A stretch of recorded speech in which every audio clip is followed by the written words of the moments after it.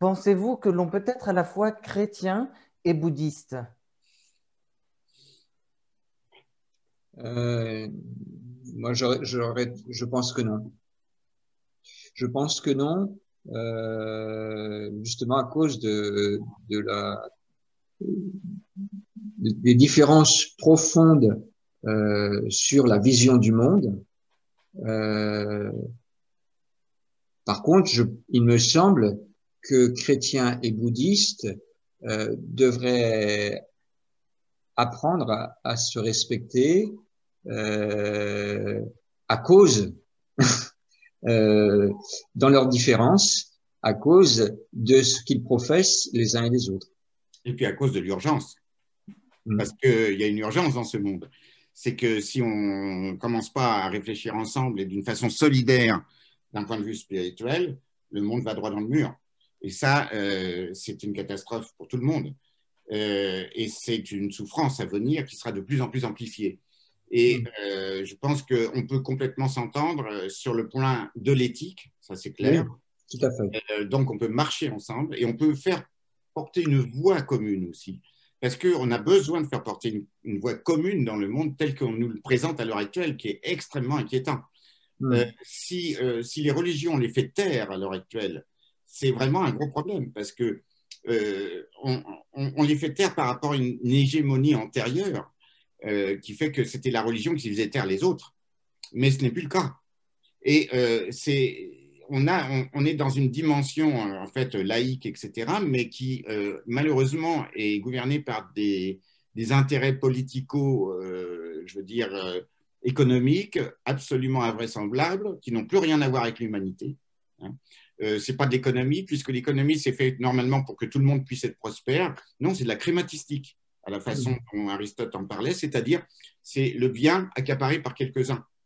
Ça, c'est anti-chrétien. Un chrétien, je ne vois pas comment un chrétien peut être, par exemple, adhérent du capitalisme. Pour moi, c'est une aberration. Parce que le capitalisme, c'est précisément le fait de saisir des biens pour soi et au détriment des autres. Et alors, je ne dis pas qu'il faut pour autant être communiste, mais il y a quelque chose à comprendre là-dedans, dans le partage. Et c'est pour ça que j'aime énormément Gaël Giraud, qui est un chrétien, hein, qui est un jésuite et qui est un économiste brillant et qui essaye d'expliquer qu'il faut revenir au bien commun. Hein. Et ça, par exemple, ça c'est quelque chose auquel les bouddhistes peuvent adhérer. Vous voyez, complètement, à 100%. Mais, Moi, quand merci, j'entends Gaël Giraud, je suis 100% d'accord avec lui. Vous voyez. merci, Monsieur Cornu. Est-ce que Monsieur Leroux, vous voudriez rajouter quelque chose ou on peut passer peut-être à une prochaine question? Non, peut-être tendre la perche à. Alors, sur le capitalisme, j'aurais peut-être des choses à dire un peu différentes, euh, parce que le protestantisme, à son origine, a encouragé une certaine forme de dynamique et de responsabilité dans le monde des affaires la gestion des affaires de ce monde. Donc, C'est pour ça que je ne pourrais pas être protestant. mais mais vous voyez, sur le billet de 1 dollar, je me demande aujourd'hui si c'est pas marqué plutôt In Gold We Trust. Oui. Et ça, c'est un dévoiement d'une pensée qui, à l'origine, cherchait plutôt à insister sur la responsabilité personnelle dans les affaires de ce monde pour pouvoir justement en faire bénéficier les autres. Mais je voudrais vous poser un peu la question, votre sentiment sur les lois bioéthiques qui sont en train de passer à l'Assemblée nationale.